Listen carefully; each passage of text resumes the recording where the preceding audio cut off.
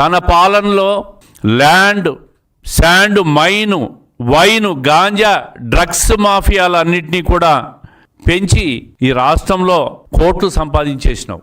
ఒక అరాచకాన్ని సృష్టించేసినావు.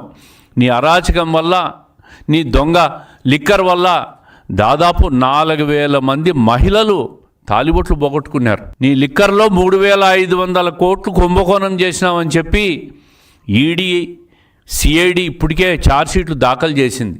ఈ సొమ్మంతా ఒక అక్రమార్జన చేసి ఎన్నికల్లో పంచి లబ్ధి పొందే ప్రయత్నం చేస్తూ ఉండవు. ఇంకా ప్రజల్లోకి వచ్చి నేను ఉద్ధరిస్తానని మాట్లాడుతూ ఉండవు. తల్లి చెప్పింది తప్పంట, చెల్లి చెప్పింది తప్పంట, సిబిఐ ఛార్జ్షీటు తప్పు, ప్రతిపక్షాలు మిగతా రాజకీయ పక్షాలు మాట్లాడేది తప్పు. తన నేరాలు ఘోరాలు చూసి ప్రజలు 11 సీట్లకు పరిమితం చేసిన ప్రజలు ఇచ్చిన తీర్పు కూడా తప్పంట.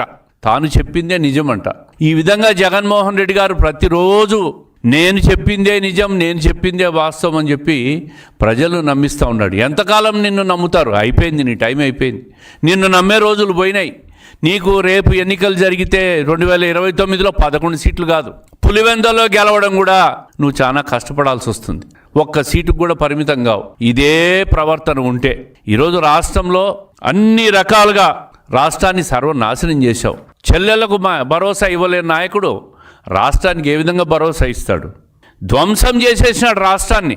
ఈ దేశంలో అత్యధికంగా 5 సంవత్సరాల పరిపాలనలో హయ్యెస్ట్ అప్పులు చేసింది జగన్మోహన్ రెడ్డి గారి టైంలో.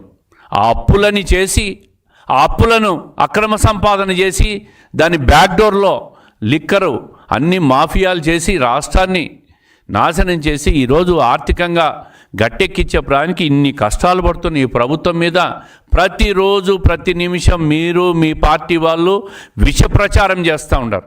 మీ విష ప్రచారాన్ని, మీరు మాట్లాడే మాటలను ఈ రాష్ట్ర ప్రజలు, ఆంధ్రప్రదేశ్ రాష్ట్ర ప్రజలు విశ్వసించే పరిస్థితుల్లో లేరు, నమ్మే పరిస్థితుల్లో లేరు, మిమ్మల్ని పట్టించుకునే పరిస్థితుల్లో లేరు. ఈరోజు కేంద్ర ప్రభుత్వ సహకారంతో ప్రధానమంత్రి మోడీ గారు, అదేవిధంగా పవన్ కళ్యాణ్ గారి సహకారంతో ఈ రాష్ట్రం అన్ని రకాలుగా అన్ని రంగాల్లో ముందుకు పోతూ ఉంది.